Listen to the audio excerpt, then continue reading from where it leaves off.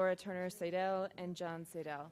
So all of those other sessions, and then following that, we're actually going to go right to Rutherford Seidel. So we have 3 sections that are going to be moved around.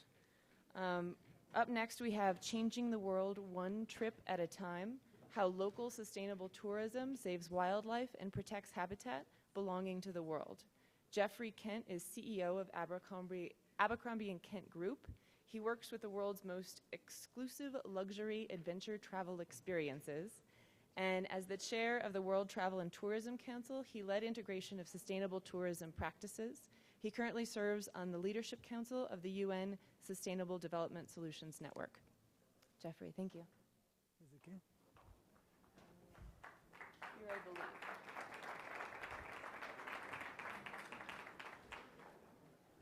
Looks like I'll come here, I think. It's very nice to be with you all, and I've certainly learned a great thing from Sally and Chip the last 2 days. I've traveled to probably over 130 countries, and I've been to the North Pole and the South Pole, Antarctic, and everywhere in between. I'm going to try and tell you a little bit about sustainability, mainly in Africa today. Does this work? Uh-oh. Okay. I was born in Africa. I grew up there as a young child, up in the forest, and grew up with the Kikuyu tribe in the Mount Kinangop area, grew up with buffaloes, lions, elephants. So my whole childhood was really steeped working with communities, working with wildlife, and working with habitat. And I think it sort of got very deeply ingrained into my DNA.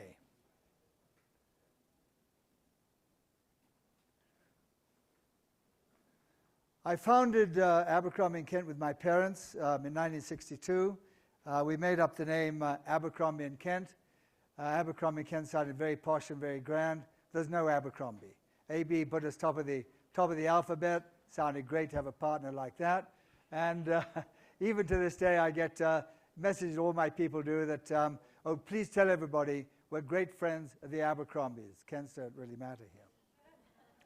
Today, the company, I started with one Land Rover, a Dream, out of Nairobi, Kenya. And today we have a company, about 52 companies worldwide with about 2,500 staff operating almost any country. And we really like people to go and have great experiences with the utmost comfort and the utmost safety. One of the Maasai tribe I grew up with. And of course, you can't put all this together to have sustainable tourism without wealthy clients. And the first people I came to, I read in Time magazine in a Nairobi coffee house, this is in the 60s, that the richest people in the world were Texans. They had big hats and big boots. And so I came and used to look for Texans wherever I went and managed to get a few Texans on safari with me. And they were wonderful, and they spread the word until this day. So I really thank the state of Texas. We've heard a lot in this talk, in this meeting, but what I want to deal with is sustainability. Our whole organization revolves around that. My take on sustainability is that you have to protect the wildlife, you have to protect their habitat, you have to protect the community, give them jobs, and you have to give them, protect the community, and you have to create an economy around them. You have to build hospitals, you have to build schools, and you have to build a marketplace for their handicrafts and other commodities they may come up with. So they become sustainable, not us become sustainable. That's point one. And you must put yourself in their shoes at all times. Mine is very pragmatic, actually. I just like, make sure everyone's happy.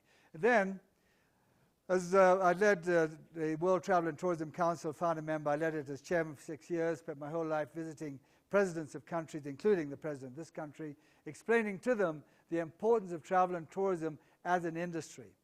We represent 8.2% of all employment in the world. We represent 235 million jobs are created through travel and tourism. We also represent 8.9% of the world's GDP. So travel and tourism is one of the most important sectors that presidents should be dealing with. And it creates cheap employment. You don't have to build huge manufacturing. You don't have to export. You don't have to do all that. It's an export business using the beauty of your own country and the people and your own peoples of that country. In Africa, we're having a big problem at this minute with poaching. I'm sure you've been reading about it. And the poaching has now become second to drugs in the illegal smuggling. Elephants, we're losing 49,000 elephants a year. One a day in Kenya being killed at this moment as we speak. And it has become, and you heard, I was born in Africa, it's becoming catastrophic. This is really, really serious and bad. And then we have rhinos. We've already lost in Kenya this year 25 rhinos. And at this rate, the rate they're being taken out, they will be extinct within 7 to 10 years of now. It's really, when I grew up in Zambia, we had like 10,000 rhinos in the Zambian Valley. Today, there are none. They're extinct. Most places, they're extinct. You just don't see them anymore. So this is a huge problem, and a lot of us are gathering together to try and fight this problem. Richard Leakey, I'm sure many of you have heard of Dr. Richard Leakey. He and I grew up together from the age of 6. He headed up the Kenya Wildlife Services, did a fantastic job. They then sabotaged his plane, and he had a crash, and he lost both his legs. And here's Richard over here, still doesn't care, walking with two legs there. And we're up at visiting his place at Lake Turkana just 2 months ago. So we're getting Richard involved. And going back to Kenya, I've been, as a child, and the whole family, been involved in the Masai Mara. And there's another family called the Craig family who've been highly involved in Lewa, up in the north. And I'm coming to that in a minute. Prince Charles and I are good friends. I got to know him very well because in my other life, I was a champion polo player. That's all I really like to do.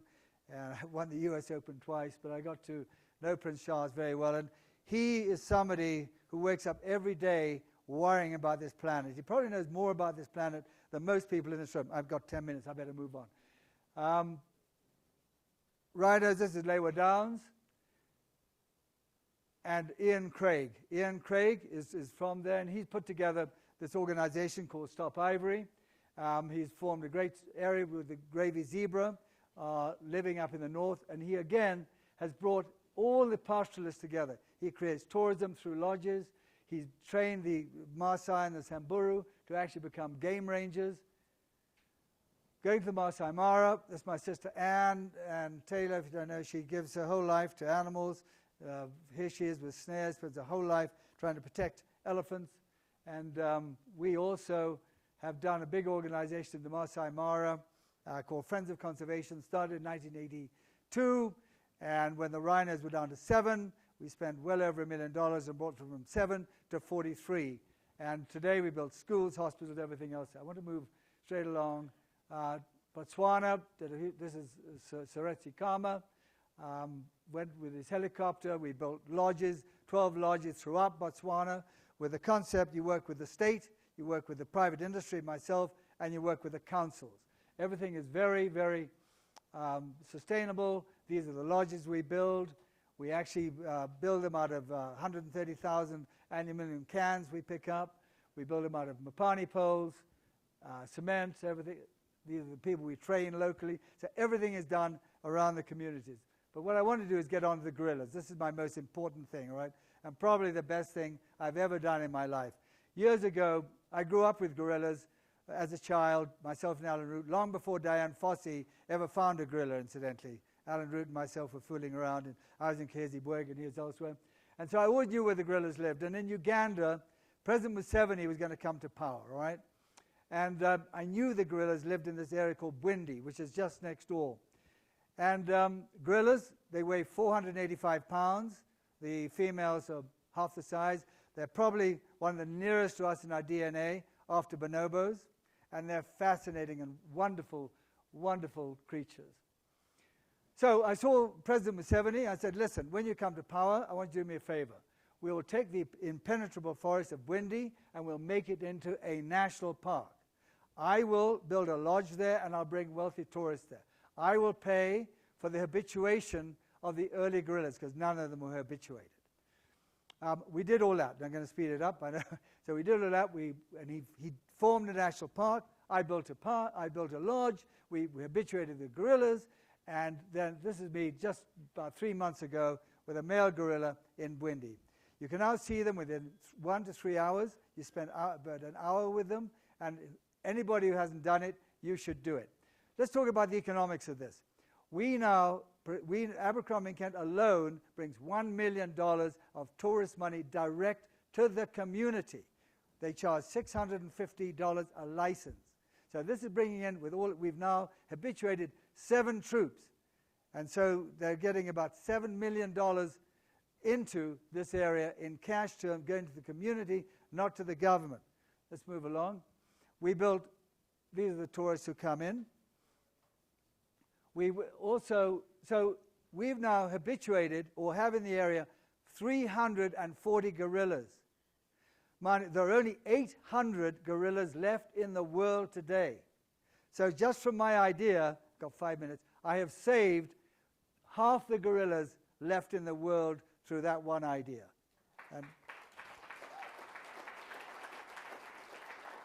But do you remember I was saying earlier on all about the community, right? So we moved the Batwa pygmies out. They had AIDS. They had so we started a little hospital. One doctor would come in once a week beside a fig tree. This was it. That has now moved on. We've donated well over $1 million, myself and my clients, to this hospital. We have maternity wards. We have operating theaters, neonatal clinics. We have nursing schools. We now take care of 60,000 outpatients a year in this one hospital, which is incredible. And we've brought infant mortality. We've cut infant mortality by 50%. So this is the idea I want to take on to other animals being threatened in the world, to create this whole sustainability of the community, of the area, just like this. And then I go all the way through. Wonderful pictures, don't have time to show them all. Beautiful. You've got to come on a safari, all right? You really come and change your lives, okay? Biogas. This is my gorilla camp, wetlands, everything in a thoroughly Chief's Camp, the most fine place. I took Ted there many years ago. Beautiful handicrafts, which we teach everybody. Wildebeest migration, 1.5 million animals. Kudu. And finally, Bill and Melinda Gates. I took Bill Gates on his first safari ever.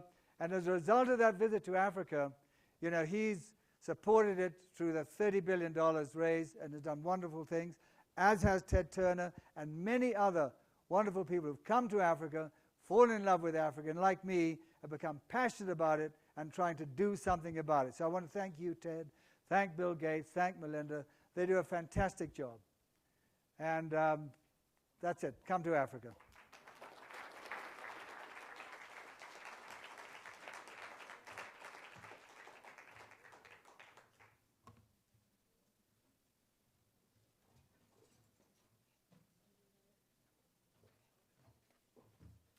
And as I mentioned, we are going to be moving around the agenda just a little bit. We're hoping that Ted Turner and Sally Ranney and Todd Wilkinson can join us on the podium. Thank you. As intros, this panel is called The Last Stand, Ted Turner's Quest to Save a Troubled Planet. Todd Wilkinson is a journalist. He's been covering Ted Turner's work for 25 years. He's written a book by the same name as this panel. And it has become required reading for people interested in how eco-capitalism can solve the world's problems.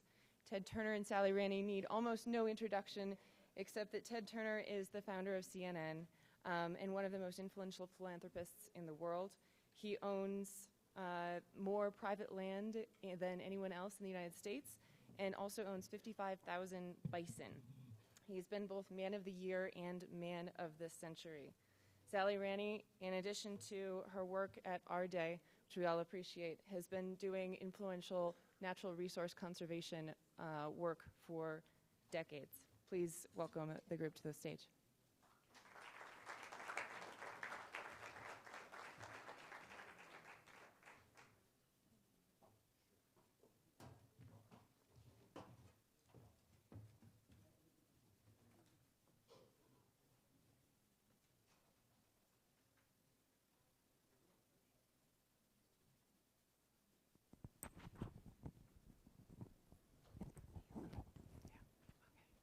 Is this working? Is it working? I've been to Africa. To Jeffrey's place, I was right, and it really is worth going. Be sure on your life visit you get there, and the sooner the better, because they need all the help they can get.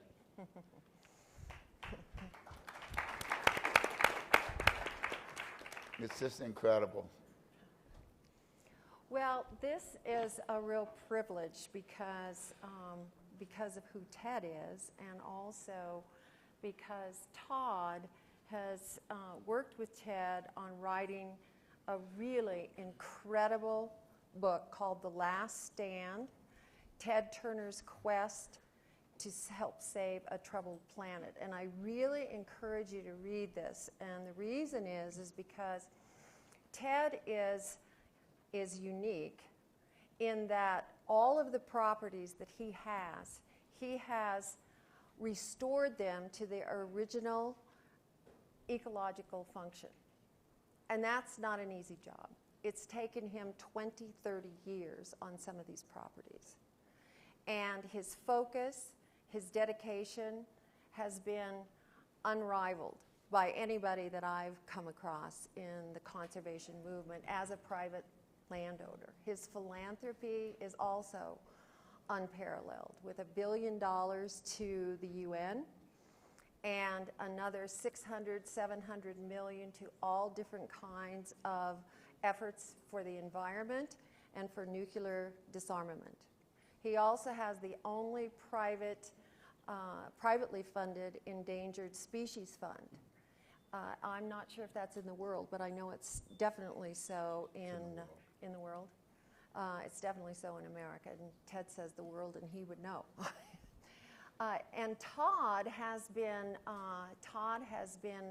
a reporter in the Bozeman, Montana area, and when Ted and he's written some remarkable pieces.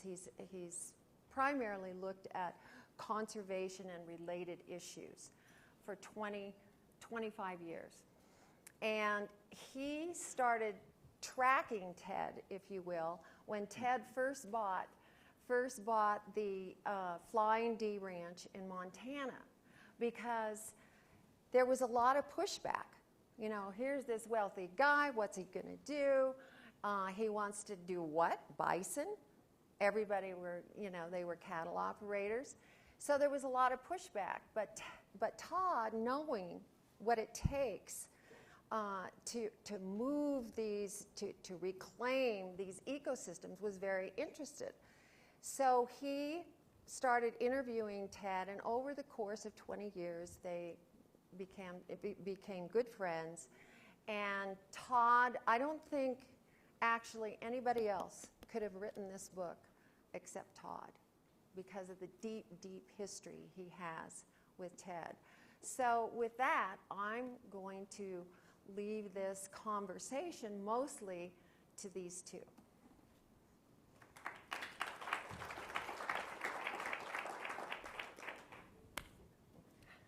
It's a little bit awkward up here sitting next to Ted.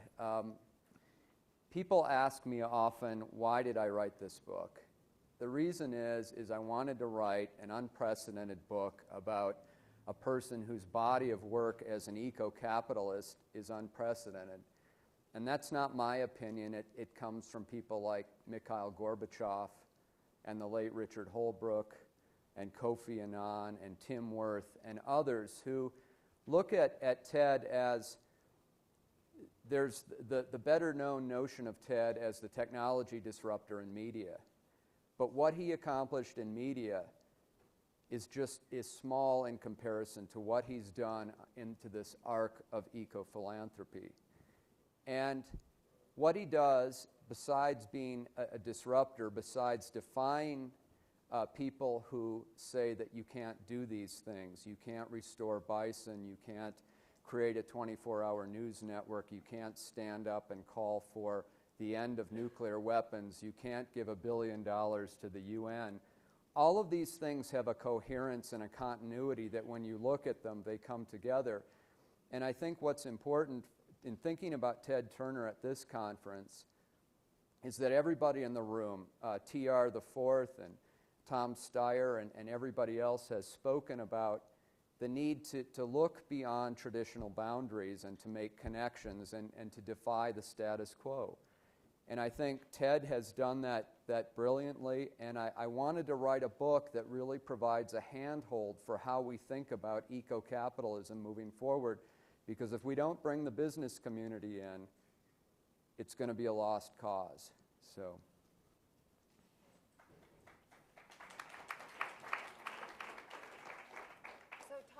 Todd, why you wrote this book, but you also penetrated in this book, you penetrated deep into, and I'd like the two of you to talk about this, into what makes Ted Turner tick around these issues.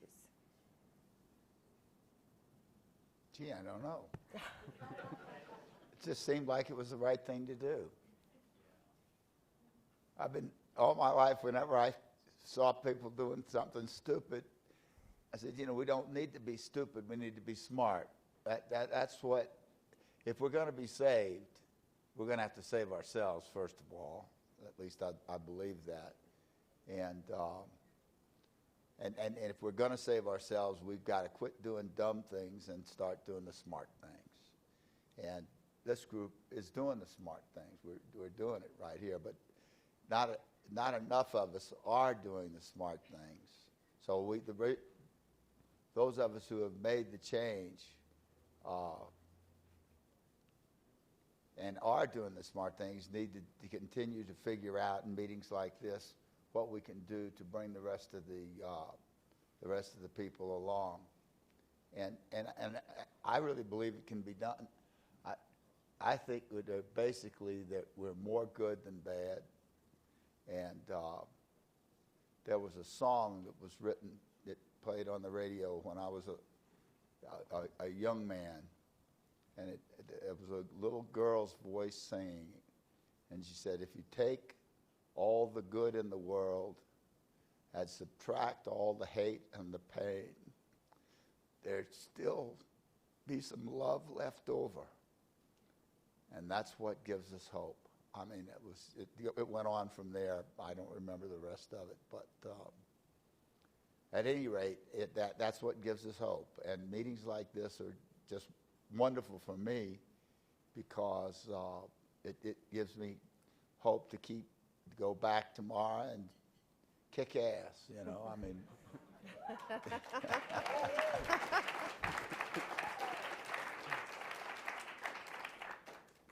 We'll do the best we can, and because this world is such a wonderful place. I mean, look at those elephants. I mean, we don't want to lose the elephants, and we didn't want to lose the bison. When I was a little boy, I read every book I could get my hands on about nature, about the butterflies, about the flowers, about everything, birds, animals. And when I got to the story of the bison, how there had been 30 million of them 200 years before, and during the time of the white man and of the Indian with guns, we killed them down to less than 200. I couldn't believe it. The largest animals. That bison are the elephants of North America because they were the largest land animal. Whales were bigger, but they were the largest land animal, just like the elephant is the largest land animal in Africa. So I just dreamed. I said, and it really touched me. I said, if I can just make enough money to buy some land when I grow up, I could bring bison back. And finally, when I was about 30 years old, I had enough money to buy a little place. And I bought 3 bison.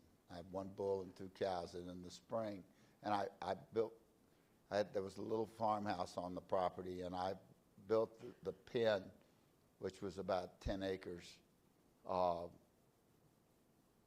the bison to live in. Right, I could look out my bedroom window and see them. And I got the old bull would eat through the fence. I'd hold my hand through with some grass that I'd pull up, and I got to really know them. And by watching them have their mate and have the babies, and then watch the babies grow up in turn. I learned a lot, and as I started it, as CNN and cable television hit the big time as far as financing is concerned, and then I went out and bought as much property as I could afford, and I bought 2 million acres. That's more than Delaware and Rhode Island put together. And I in the last 30 years, my dream was that I'd have a large ranch where I could have over 1,000 bison.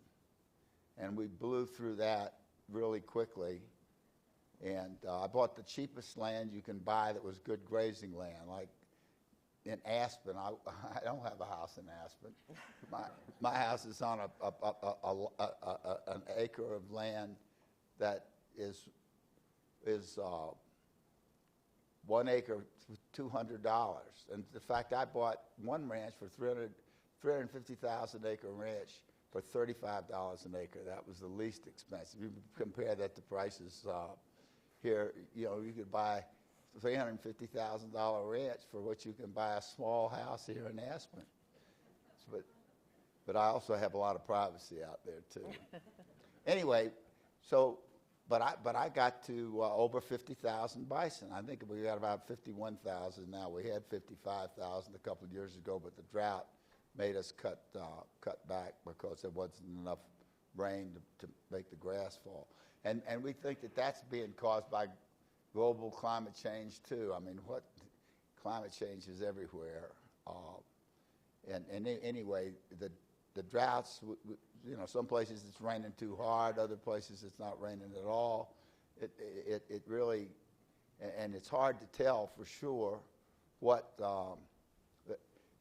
We were moved up an hour because we've got to get out of here before the rainstorm hits. This is one of the most dangerous airports in America or in the world with all these mountains around.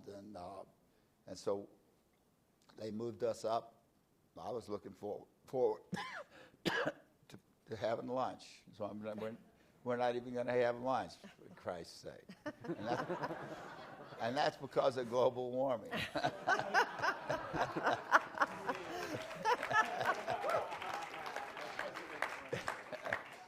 Well, just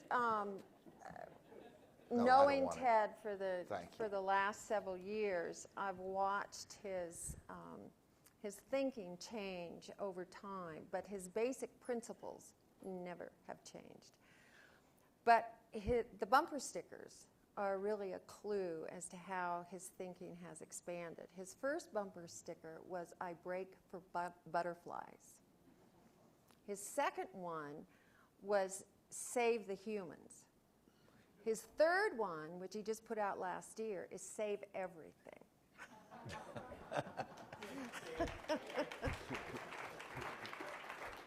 Now, I want to ask Todd, because I want to get into some of what's in this book. You interviewed a variety of people.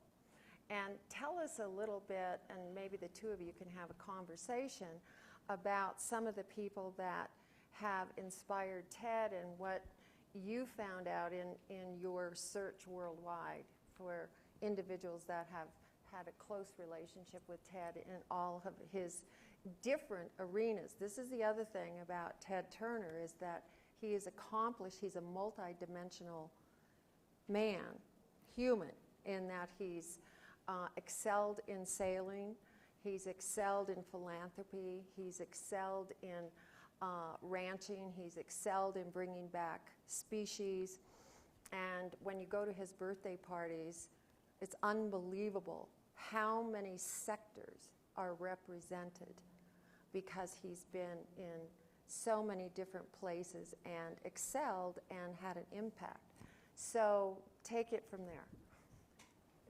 I had the good fortune of interviewing this suite of people who have crossed paths with Ted, from Paul Ehrlich to, again, Gorbachev, Kofi Annan, Holbrooke, all sorts of people in conservation and international philanthropy. But there's one story that really resonates with me regarding Ted's ethic, and I'm going to let Ted tell the story about the first encounter. But everybody knows Jacques Cousteau. What few people know is the influence that Jacques Cousteau had on Ted Turner, and the fact that it was Ted who dubbed Jacques Cousteau the father of the modern environmental movement. And when Cousteau passed, they referenced Ted Turner and cited him.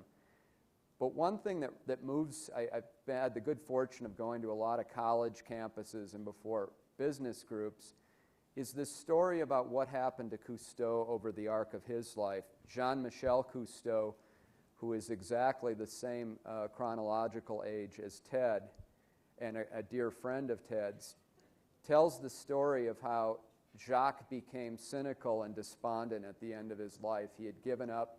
He was looking at the mega patterns of the world, and he said they were together in Washington, D.C. at a screening of the film Gettysburg. And Cousteau said to Ted, "Ted, you worry too much. Just give up. Accept the end of the world." And Ted turned to Cousteau and said, "I can't accept that, Captain." And it was this riveting exchange where you had the Cousteau clan and you had the Turner-Seidel clan there, and they were watching this thing play out. And so this hero to all of us, who had inspired all of us to rise up and get involved in the conservation movement, had basically given up. And Ted leaned over and put his hand on Cousteau's and said, "Even if there's a 3 to 5% chance that we can save ourselves, I'm going to bet on that. I'm going to put all my resources into that." And at the end, on Cousteau's deathbed, Jean-Michel said that his dad had a change of heart and re-embraced optimism in fighting until the end. But this story actually begins a decade and a half earlier, when Ted went down with Cousteau and joined him aboard Calypso. And I will let Ted talk a bit about that encounter. Well, Captain Cousteau had a program on television, and I think those of you that are a few years old would remember it, the Undersea World of Jacques Cousteau, and it ran on ABC for a while, and then the ratings weren't quite high enough, so they canceled it. Then it went on public broadcasting, and then for some reason they canceled it, even though it was perfect. So I picked it up. I felt it was a real honor to be able to run that. I did a lot of environmental programming. I did the World of Audubon. Those of you that will remember that program. We had a lot of fun with it. We did one on clear cutting, our program on clear cutting, which was boycotted by most of the advertisers. We went ahead and ran it anyway, of course. And then I did National Geographic for a number of years. National Geographic Explorer, which ran on Sunday nights, when National Geographic didn't have a network of their own, and we were all struggling. I lost money on those programs for a number of years, but it did gave me prestige and promotion, because they wrote in the newspapers that the Cousteau programming, the National Geographic programming, and the Audubon programming all were very pro-environmental. And anyway, it was a real honor for me to be able to put them all in one place and to be involved. And I stepped up and gave Captain Cousteau several $1 million a year to produce the programs, and that was just part of that program. But share with everyone what Cousteau said to you when you were despairing as a young man, and he said, "What good man?" When in talking about the end of the world, our obligation to step up and make a difference. Well, you remember better than me. Hey, I'm 75, for Christ's sake. No, I've got a mild case of dementia. No, you don't. no. So No. I can't remember all my grandchildren's names all the time. That's really bad. I love them all, that's for sure. You'd be surprised what he says he can't hear and Yeah. What? even within earshot. It's all selective. Well, the story is, and this was one of the first stories Ted ever shared with me, was Ted was down on Calypso, and Cousteau was laying out the litany of problems facing the oceans at that point, and Ted said, "Come on, Captain, I came down here not to get bummed out." And, you know, at the time there was saber rattling going on between the U.S. and the Soviet Union, and there were all of these negative trends, and Cousteau turned to Ted and said, "Even if you know the world's going to end, which we don't, what can people of good conscience do but fight until the very end to prevent that inevitability?" I remember that now. So, Yep. What next? well, Well, Anyway, we can't give up. We've got to keep fighting. We've got to keep fighting to the very end. And this world, as I said earlier, is worth saving. I've been on every corner, like our previous speaker, Jeffrey Kent. I've been on every corner of the earth too, and it just is so magical. I mean, from the little insects to, you know, I love that bumper sticker. I brake for butterflies. Got one on my car up in Montana, and I'll be driving in later this afternoon. I brake for butterflies. I mean, you know, I brake for babies.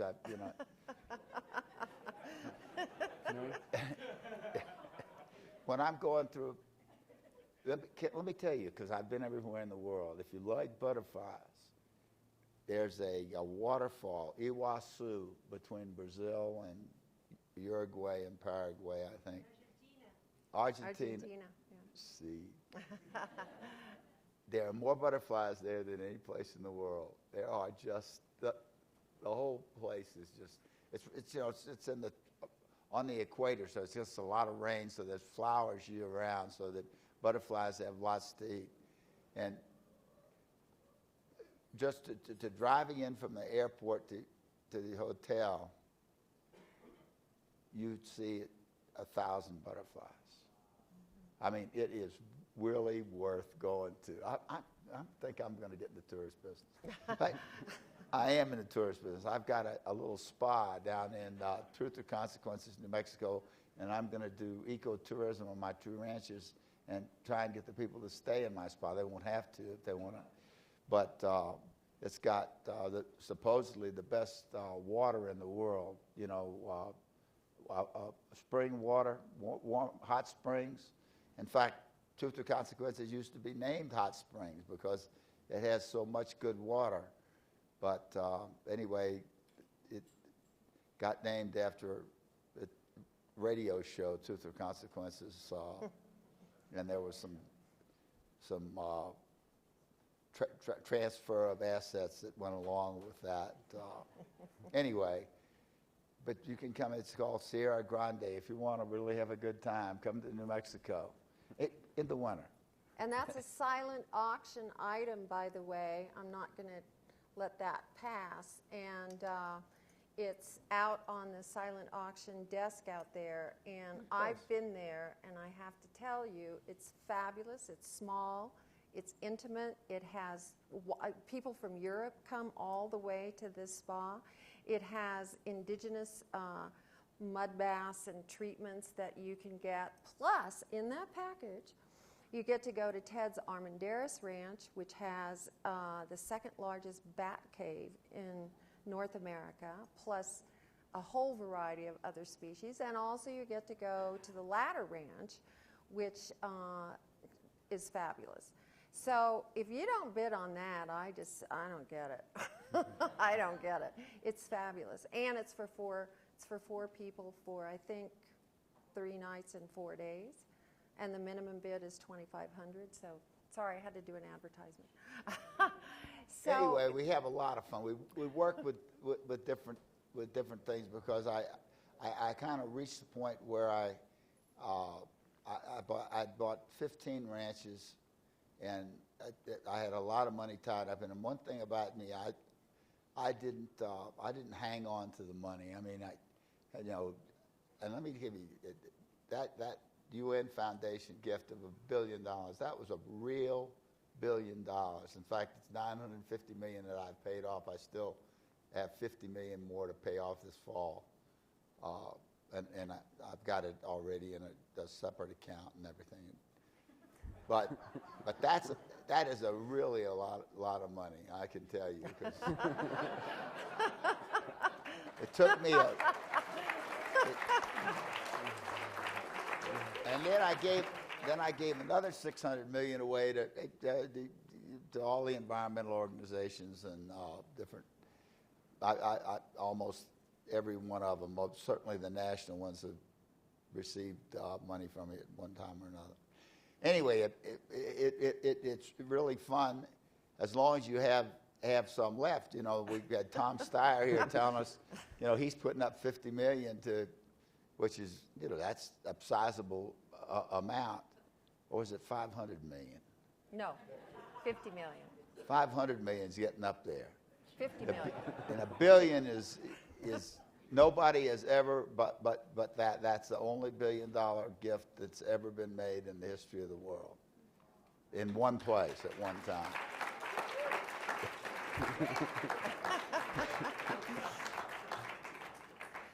Who wants to be the richest man? I noticed that they, like Forbes magazine and Business Week had lists they'd list the top 100 richest men in the world, and I suggested that what they needed to do was have the biggest givers in the world rather than the richest man. And a couple of the magazines did do that, and still do. And I went way down the list, but then I gave a whole lot of money away. So I'd like to switch a little bit to the Goodwill Games, and what prompted you financed that basically out of your pocket, and what prompted you? That's when you met Mikhail Gorbachev. Yes. Okay, tell us a little bit about that whole story. Well, you remember, and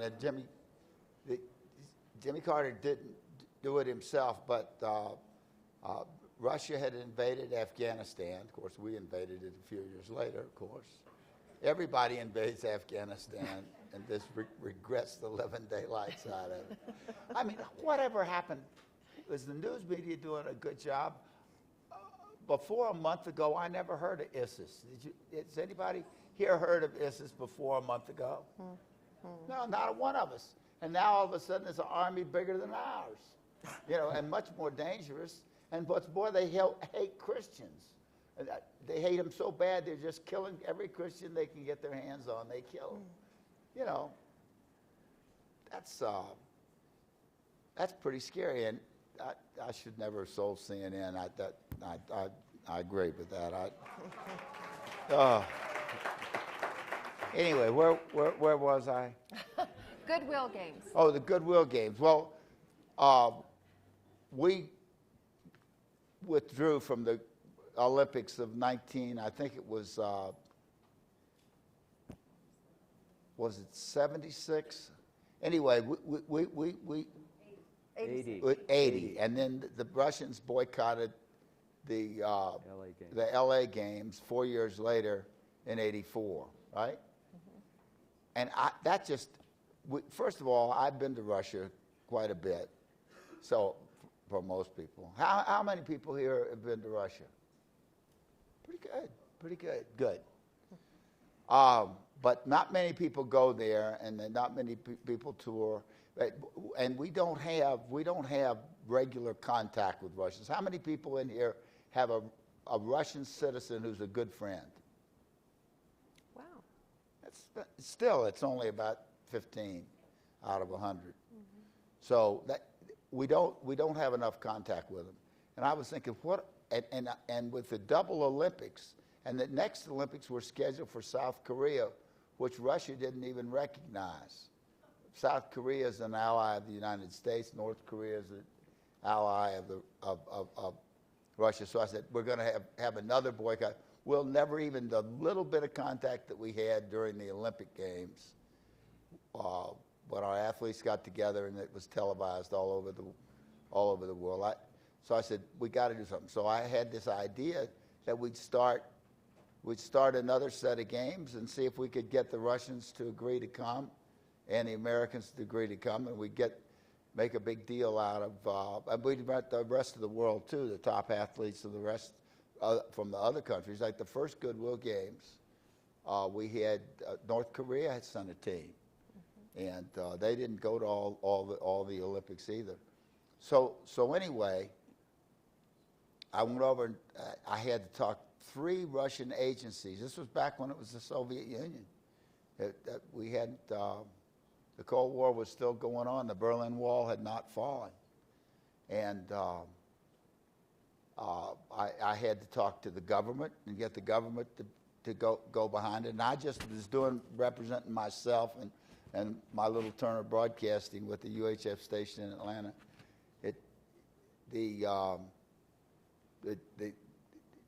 I had to get the Russian government to sign off on it. And I'd proposed that we have a 50-50 partnership, that we'd share the profits or we'd share the losses right down the middle. And so that was the way we're going to do that. And so I had to get the Russian government to agree. They agreed. We had to have the games produced, which is a gigantic affair. There were, like 30 different athletic events in the Goodwill Games and the Olympics. We just copied the Olympics almost, The only thing we didn't do is use their name. But I came up with the name Goodwill Games. That wasn't bad either, because that was what it was supposed to be. So we had to get the Russian television network to agree to televise the games, to put their cameras out and put cameramen and everything. And then last but not least, we had to get the Russian Sports Federation to agree to it and supply us with their athletes. And they said, well, how are you going to get the American athletes to come? I said, I'll just invite them. They'll come. And they did.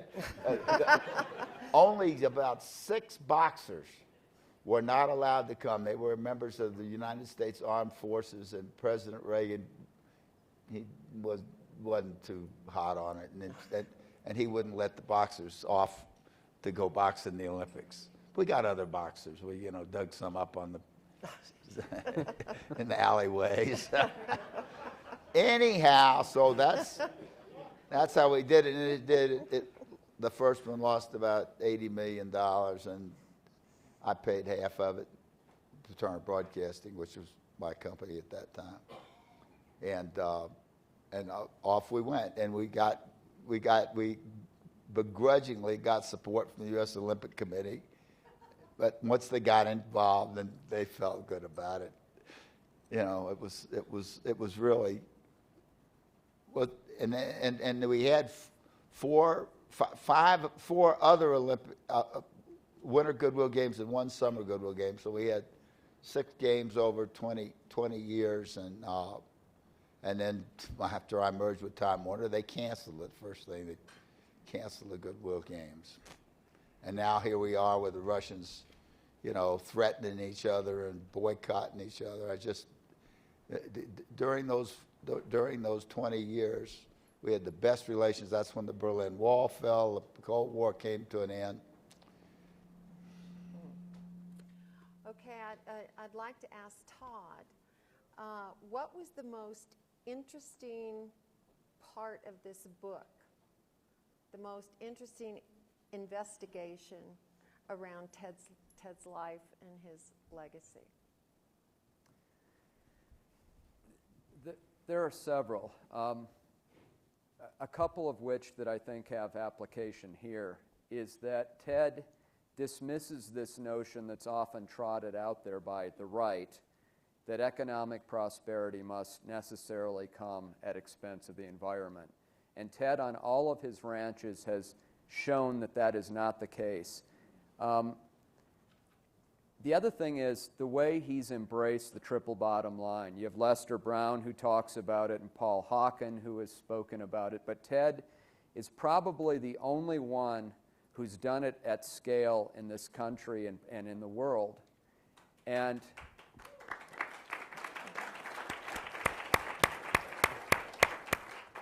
he sees all the connections in things. For example, on his Flying D Ranch, his flagship ranch outside of Bozeman, today you have a bison herd that's larger than the population of wild bison in Yellowstone Park. He manages those animals, pulls them off the streams, he passes clean water through. He manages his grasslands so that they function as carbon sinks, healthy soils, healthy grasses. The other thing that's ingenious about bison that Ted recognized before anyone else is not only are they healthier to eat for humans, but they're predator resistant. Today he has the largest wolf pack in the lower 48 that's taken up residence in his backyard at the Flying D. He can walk out at night. He can I howl. howl at them, and they howl back. And Yeah. they howl back. I It's swear to true. God. Yeah.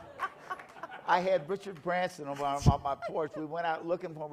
We didn't see him, and I just howled like that, and from across the lake, a howl came back. Branson said, "God, he's done a lot of amazing things, and he's been here, but he never had a wolf pack that howled back at him." Yeah. Dances with wolves. It's real. But there's one more thing. Ted, like,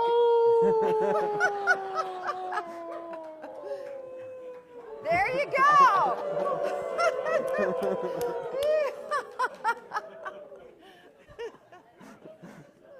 great. We got the most bison, we got the most wolves, and we got the most prairie dogs. In my book, there's 20 pages about prairie dogs. I read how there were 3 billion prairie dogs at the time that there were 30 million bison out on the Great Plains. And we killed the prairie dogs down to just a few. I think it's maybe 2,500, something like that. And I had 600,000 prairie dogs. I built up the prairie dog population, too, with Mike Phillips, who's, I think, is here. Mike, are you still here? That's right up. Yes. Okay, good. And anyway, it really is a good story. I mean, prairie dogs deserve to live too, but the ranchers don't like them because they eat grass, and they do eat grass. And one of the things that I want But to they're cute. One of the things I Everybody's want to eat something, for Christ's say sake. about Ted is that he has 5 children, and every single one of them is engaged in environment, and deeply so. And Laura Turner Seidel, who's his daughter, has been here and has participated. And John R. Seidel, her son and Ted's grandson, has participated here. Bo Turner, a son, has the Bo Outdoor Centers, which now he started this little outdoor center for kids in Florida, and it has now grown. He's got something like 200 and some of these outdoor centers, and his mantra is, leave no kid indoors. Leave no child indoors. And his daughter, Jenny, has a television program that is all about green and what you can do on an individual level, and she's on PBS now. And Rhett, a son, is doing some amazing documentaries. He's a filmmaker and a photographer, and the whole family. It is really, truly remarkable. And Teddy Turner ran for Congress and didn't quite make it, but I hope he runs again. He's a moderate Republican. He's the only Republican in the family. And Ted has really looked at how you hold all of that together in a family like this with a legacy, a conservation legacy, and They have a family foundation.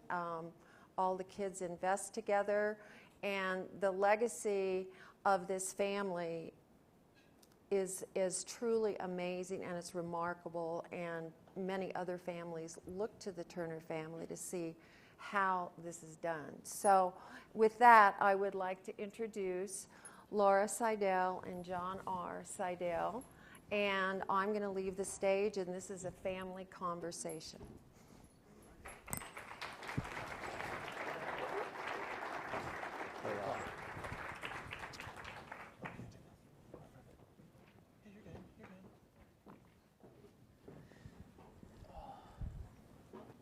Hi. Hey, Grandpa. Hey, grandson. We're good. We're good out there. You bet. The best, I would say. As long as he can keep you laughing. We've never done this before, so this is the first time. It's the first time for everything, Pop. Oh, absolutely. It's fun. And I think Sally did a very good job moderating and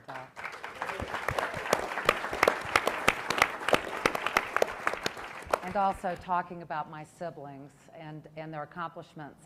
Actually, my sister Jenny, her show is called EcoSense for Living. It's aired in 70 markets, public broadcasting, and she just won an Emmy. And my brother Rhett just won 2 Emmys for a documentary about the Chattahoochee River called Chattahoochee Unplugged. They took out a dam on the Chattahoochee River, and he documented that. And he's quite the filmmaker. He's actually making 2 additional documentaries for public broadcasting, one on indigo snakes and one on the longleaf pine wiregrass ecosystem. And there are these tortoises called gopher tortoises, and they're actually they live in Florida and South Georgia, and they live to be 100 years old. And because there's so much development, the developers are coming in and actually paving over the tortoise, their homes. And so the tortoises are trapped down in these homes. And my brother is documenting this and also trying to rescue the tortoises before they get buried. So, and my brother Teddy, he's amazing too, because he's a school teacher, and he's very passionate about working with children. And this is my Republican brother.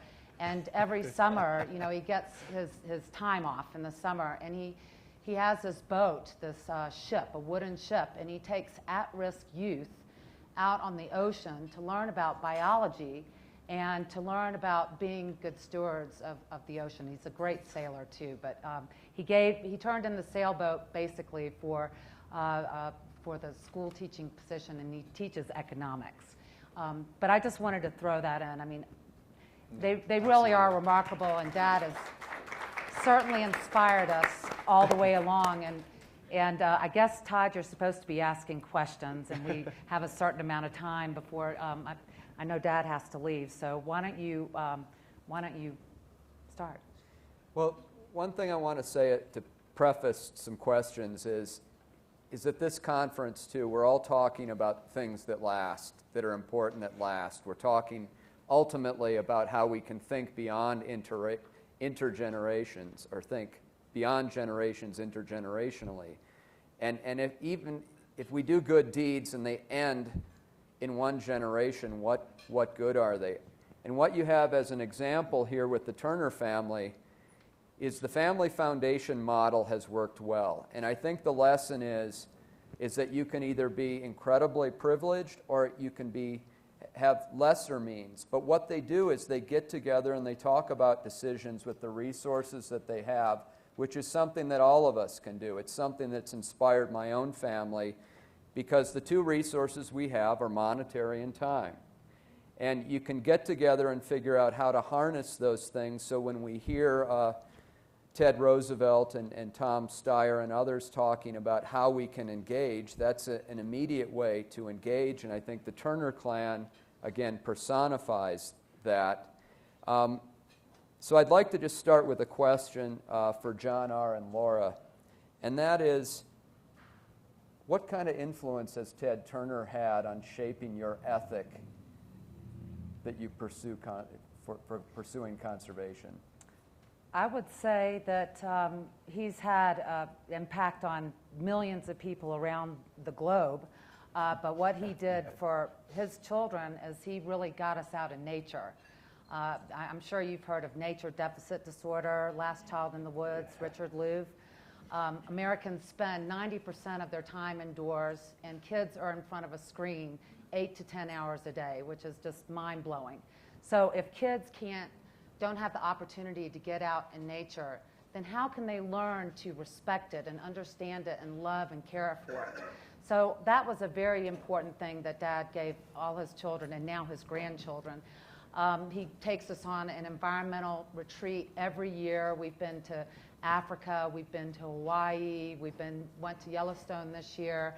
He's to the Galapagos, and all his grandchildren come along. And what's really kind of unique is that instead of going and sitting on a beach and drinking Mai Tais, here we are following behind him like little ducks with the grandchildren picking up garbage. And I don't like to call it garbage. Dad calls it garbage, but I think it's a generational thing, because most of what you pick up on the beach is plastic, and we know what you do with plastic, right? You recycle it. But anyway, so he's impacted me so much. My husband and I built the first LEED certified home in Atlanta. I've been on the board of League of Conservation Voters for 13 or 14 years. I'm very passionate about politics. I think politics is everything. We're 6 seats away from losing the Senate firewall, like with Mark Udall. He's in a huge race. You've heard a lot about how important politics is. And then bringing it to the state level, I'm very passionate about a lot of things. When he started Captain Planet, the cartoon. How many of you in this room, you're pretty old in this room, right? But there are a few of you that are Planeteers and watch the cartoon, but it was seen around the world in 100 countries in 23 different languages, and it taught kids about how to be great stewards. And it's true. And there were 10 episodes about energy and climate and air pollution. And the first episode was actually about oil spill, offshore oil spill, and how it mucked up the shore and, oiled all the animals. And then he started a foundation that made grants to school groups in all 50 states, 23 countries, that gave children an opportunity to experience hands-on environmental projects and be out in nature and learn experientially.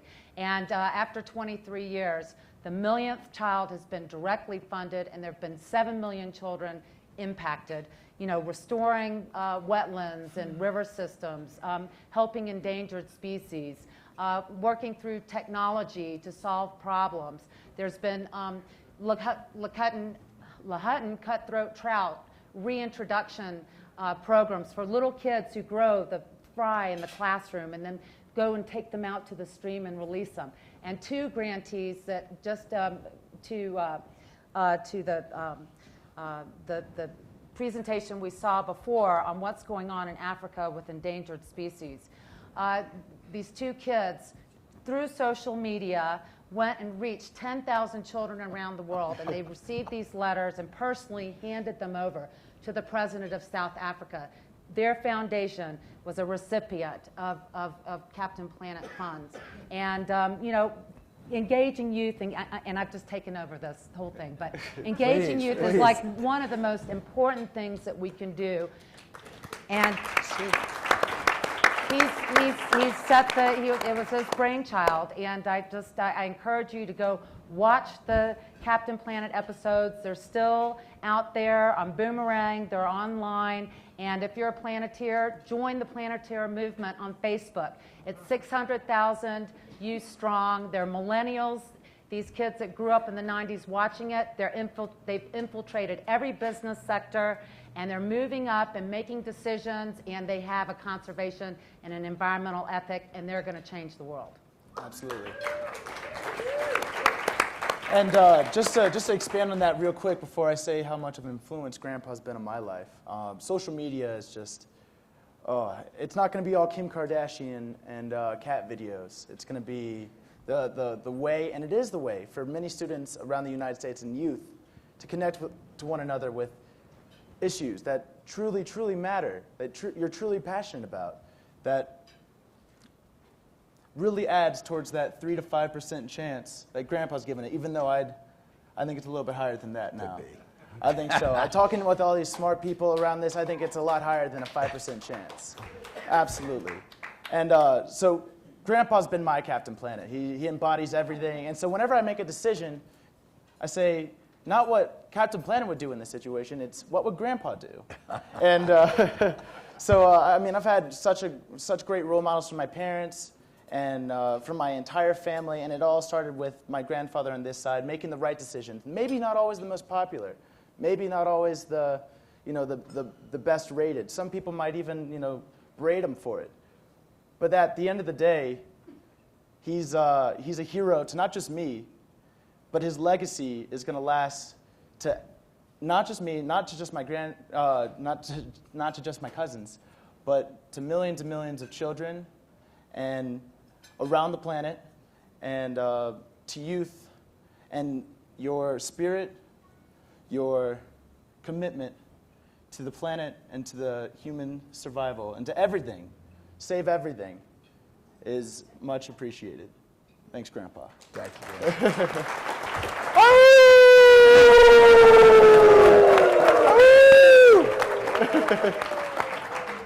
Are we done? That No. really is a life-changing experience to hear those wolves howl, to go out in the middle of it looks like a Bierstadt painting. There are no electrical lines. There are no white people besides us. We could use a few more indigenous people in the picture, but the bison roaming free and the elk and the wolves in a complete and intact ecosystem. The trees are starting to come back, the aspen and the trees, because they're wolves, because they control the numbers of the elk, who were decimating the young growth of the forest, the regrowth. So it really is very powerful, and if you ever have the chance to do it, I highly, highly recommend it. Absolutely. This is a question for John R. Talk about what really fires you up these days of what you've been doing at DU. Oh, man. So everything, gosh, there's so many problems nowadays. But the good news is there's a lot of solutions to go and meet it. As an engaged youth and as a motivated youth, because what's more motivating than my future friends, my future children, being completely and totally in peril, the whole human species being in peril. Because it's not the planet. The planet's going to be here after, if we're gone. The planet's going to be fine. It's going to be us, and we can save ourselves.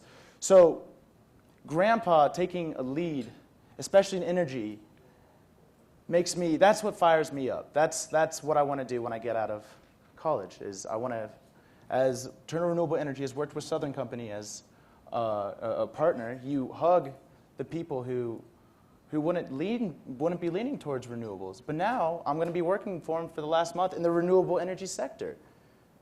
And I think we're going to keep on expanding, and I know we're going to keep on expanding as that time goes.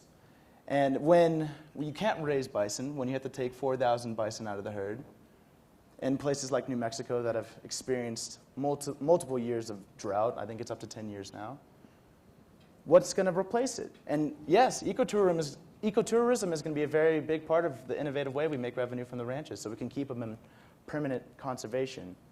But adding to our portfolio and to our impact on the planet, I think that renewable energy is the way that I am going to change the world, and maybe even use it as a political backing later in life. But no, that's later. But I'm very excited. That's what gets me fired up. Obviously, renewables. We're going to depend on energy. That's energy gives us a road to a higher quality of life. It gives us a road to connect with one another using social media, whether it's policy issues, whether it's holding our politicians accountable. And it gets us fired up. It gets us passionate. It gets youth off their butts, and it gets them having a voice on these policy issues that matter. And so that's what I want to do. Bring energy and make it non-carbon sources.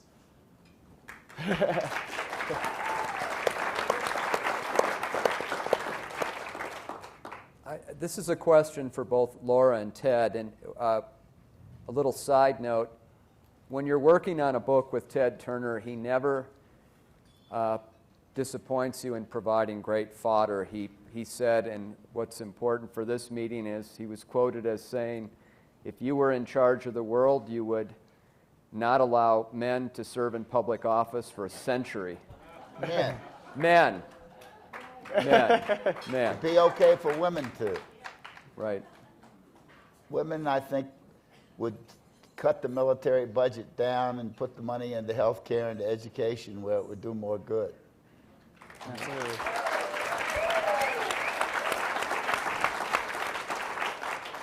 Laura, you've been involved in Atlanta in trying to broaden the discussion, bringing moms into the conservation movement, and also working with people like the Reverend Gerald Durley to broaden the discussion on climate change. Could you talk a little bit about that? Sure. Just briefly.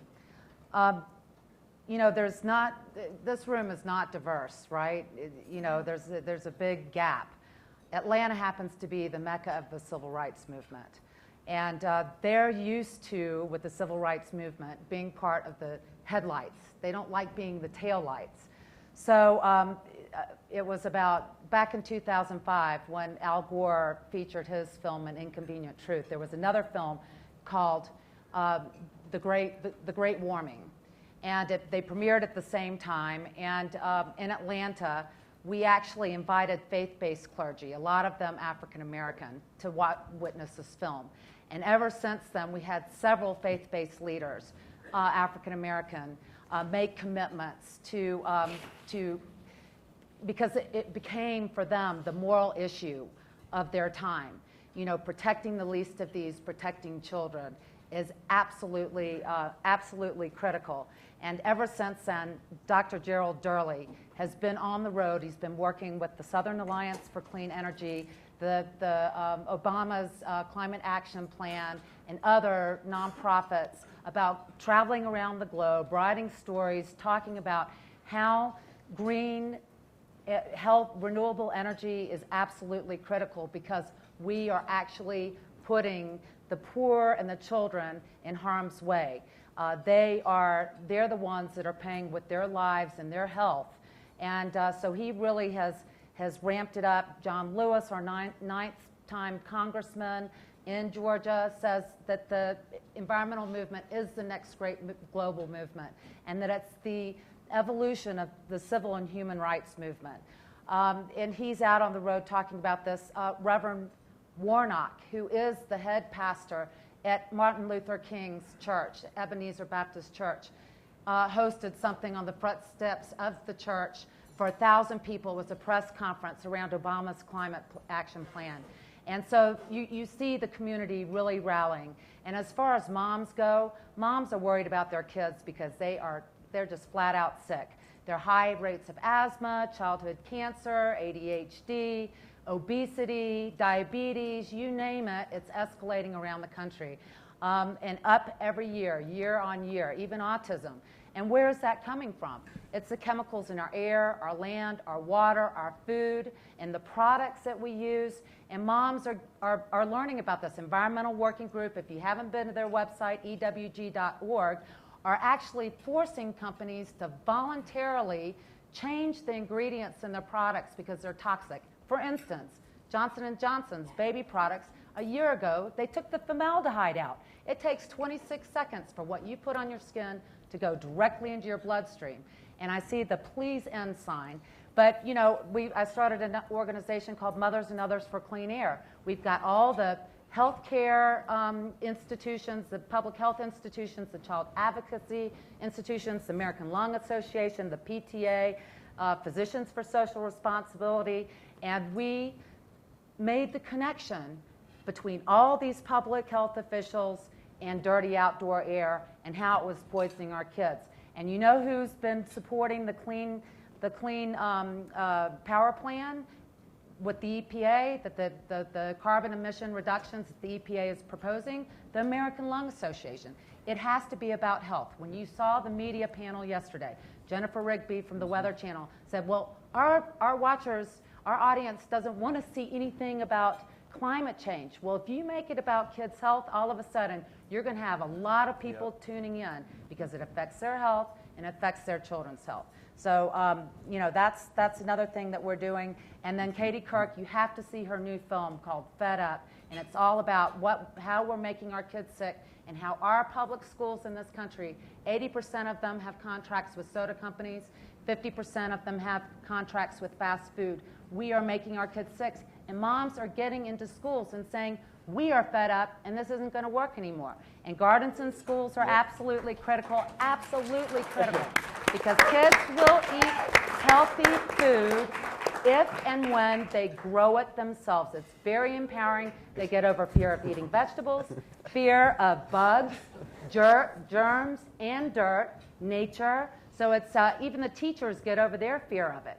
And it's just a brilliant thing. So if you want a garden in your school or you want activities for your kids, go online, apply for a grant, CaptainPlanetFoundation.org. Thank you. Thank you.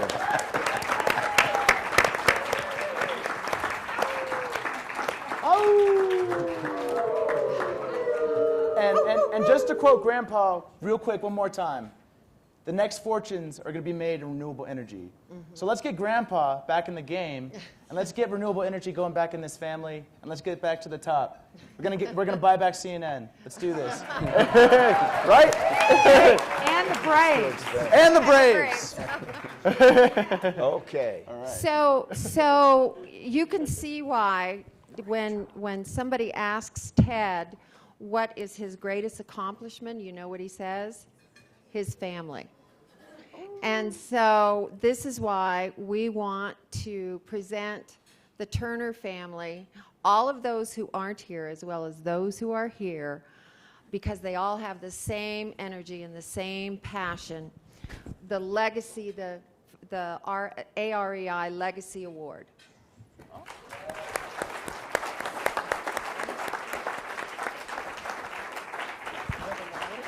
Here, grab it.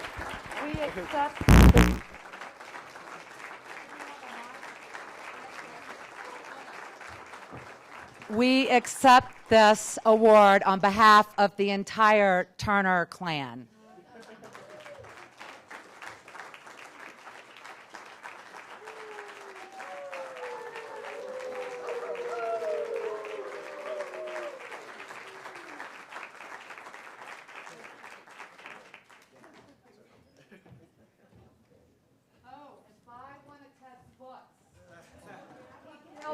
Well, he won't autograph it, but if you give it to me, I'll get it autographed and send it to you.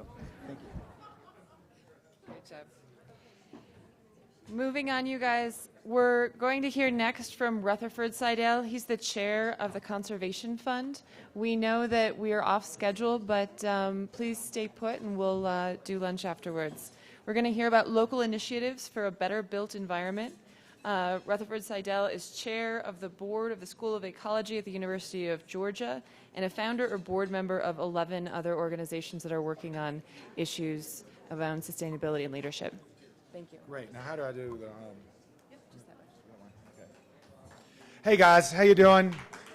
Since my wife and son took at least 5 minutes of my 15 minutes, I'll do it all in 10. But I think that everybody wants to know as they're getting lunch. We will talk about a mayor in the city of Atlanta who's offered great leadership. There's great diversity in Atlanta, as Laura said, and the whole town's come together. And this is an example of one town. Somebody once told me from California, right there in the middle of Bubbaville.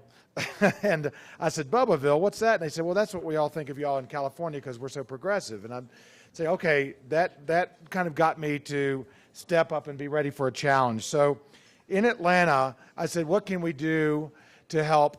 Where's the lowest hanging fruit? Amory Lovins is still here, and RMI taught me that one of the best things you can do besides renewable energy is to save energy, the negawatt. And so in Atlanta, we've gone out, and I'll give you a quick story of how we've done it. We've created 43,000 jobs in the last 3 years in the clean tech area by doing this. I went to the mayor and said, I think we can do 50,000 jobs. I've got a plan for you. This was 09, 08, middle of the recession. Plumbers, electricians, home builders, et cetera, had no job.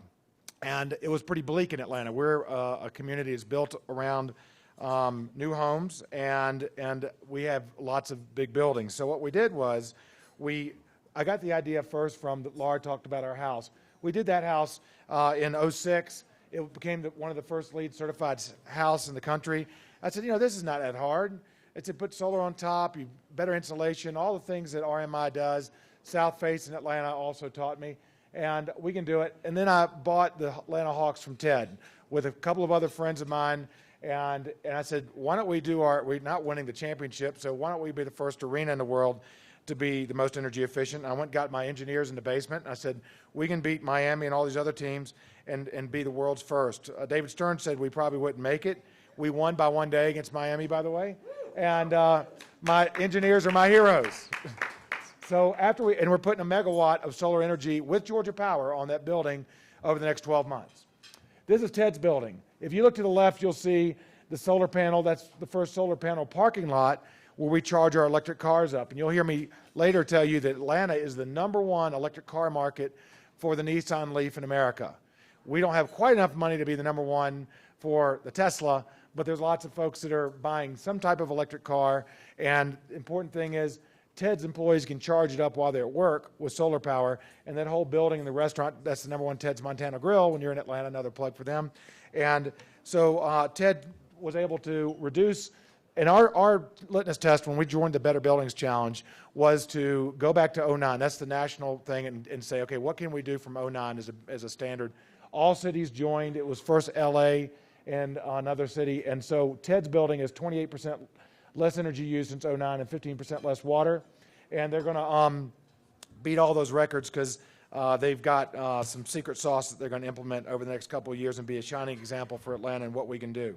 So the Better Buildings Challenge was something that we entered into, and the main reasons I said earlier is that we wanted to have a better livability is probably a key word, a better lifestyle. We wanted to, Laura talked about the clean air that we weren't breathing.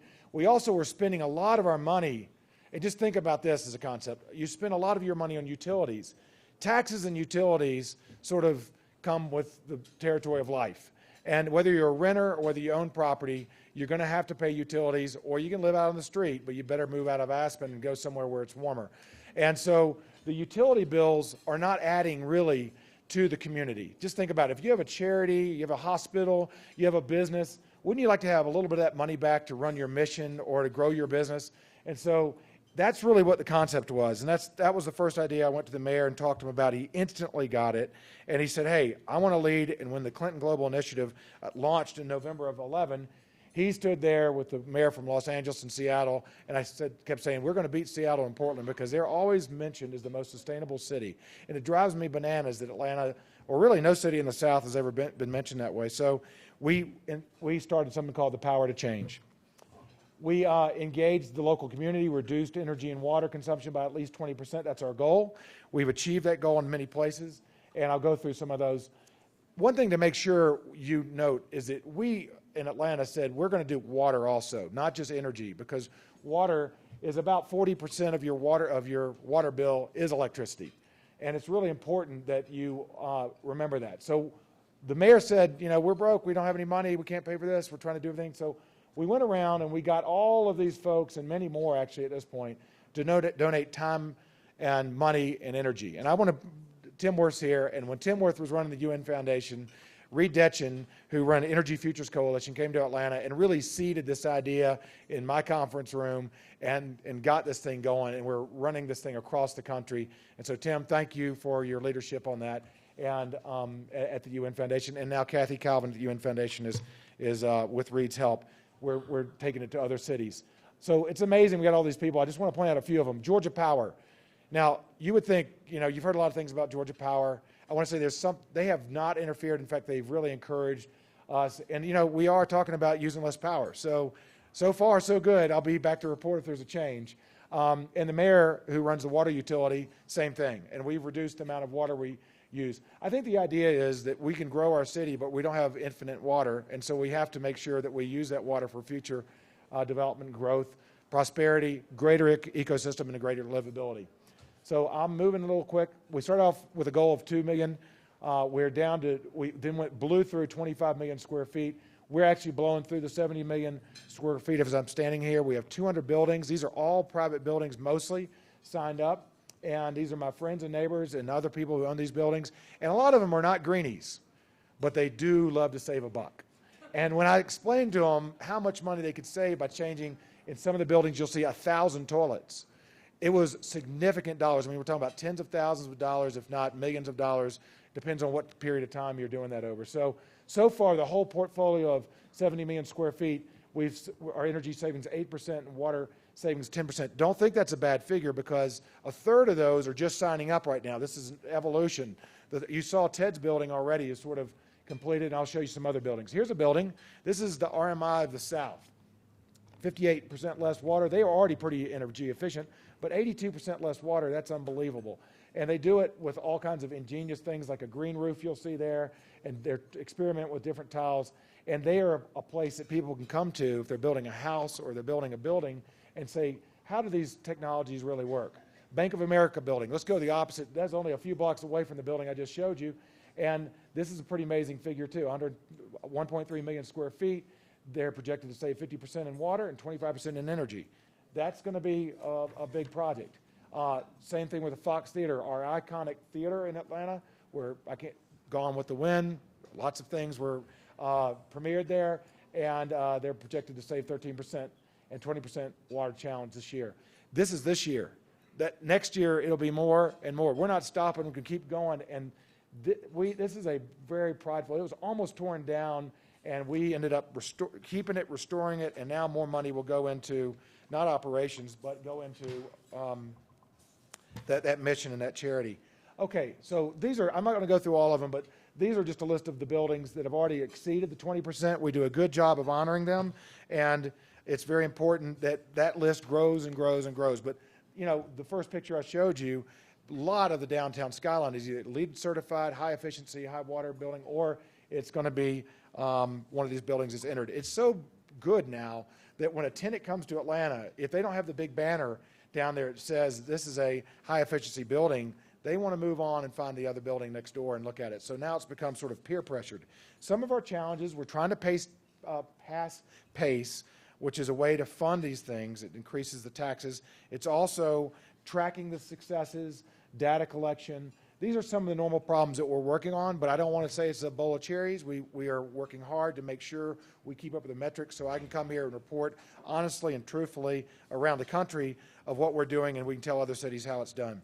The future, we're going to emphasize more water. We're going to do all the things that I've got listed here, and we're going to help mostly with low-income housing, because that's, you know, $1 saved for a family that's in low-income housing is more important than $1 saved, say, at my house.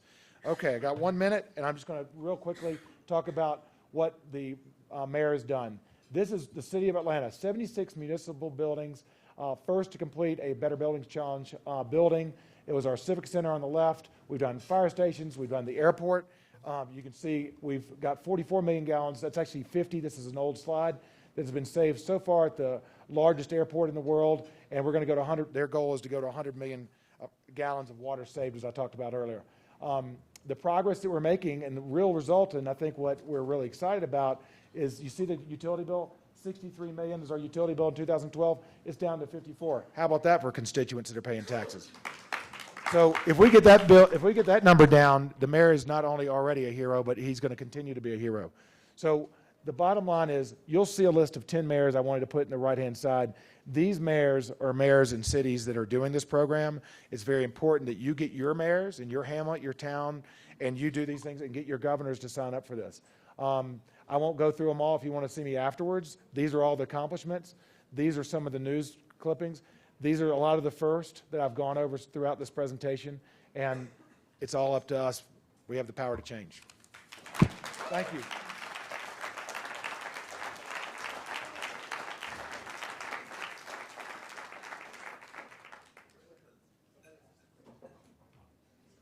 Thanks, everybody. We're going to take 5 minutes to give people a lead to go grab a plate and come back. We're going to then kick off with the roundtable on innovation and commitment for local solutions. We're looking for a moderator, so if anybody sees Steve Skadron, please send him our way. Thank you. We'll see you in 5.